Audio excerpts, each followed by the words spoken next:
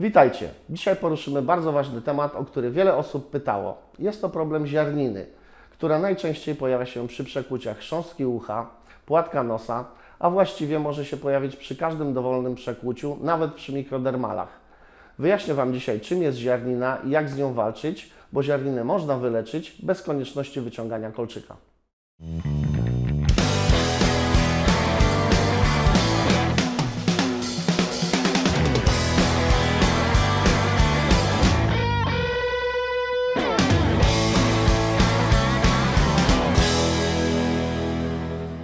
Ziarnina jest to przerost tkanki, który najczęściej powstaje w wyniku uszkodzenia mechanicznego, np. nadszarpnięcia lub krzywego kąta przekłucia, a czasem jest to po prostu przypadek, loteria.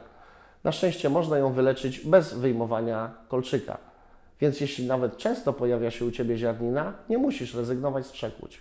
Ziarnina brzmi przerażająco, zwłaszcza, że często jest mylona z infekcją.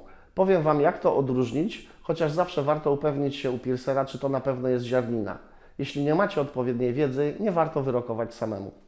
Jedną z podstawowych różnic jest to, że ziarnina sama z siebie nie boli, chyba że jest opuchlizna. Natomiast jeśli ból jest duży, może to być infekcja. Dlatego warto skontaktować się ze swoim piercerem, jeśli coś się dzieje z przekłuciem. Kolejną różnicą jest to, że ziarnina bardzo często ma kolor skóry i nie jest zaczerwieniona. Miejscami może być biała, nic się z niej nie sączy. Przy infekcji kolory mogą być różne, czerwone, fioletowe, sine i towarzyszy temu ból oraz gęsta śmierdząca wydzielina. Ziarnina może się pojawić w każdym momencie, natomiast jeśli pojawi się w trakcie gojenia przekłucia, to priorytetem jest zagojenie przekłucia, dopiero później walka z ziarniną, ponieważ środki do walki z nią przeszkadzają w gojeniu. Ziarnina może mieć różne rozmiary. Z reguły im jest mniejsza, tym szybciej można się jej pozbyć. Jak to zrobić? Pokażę Wam dwa najpopularniejsze sposoby, które najczęściej się sprawdzają.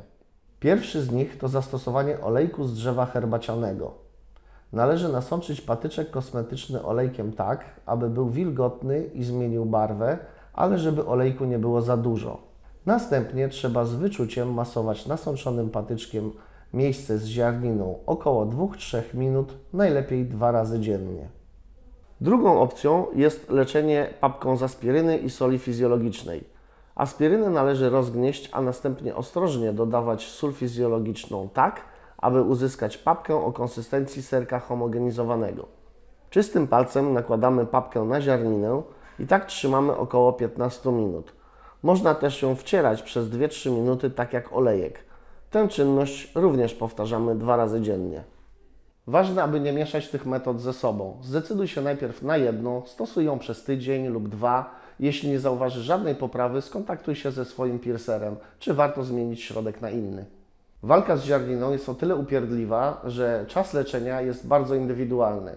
W momencie, gdy ziarnina zniknie, kontynuuj leczenie jeszcze mniej więcej przez tydzień, ponieważ niewyleczona ziarnina wróci, najczęściej większa.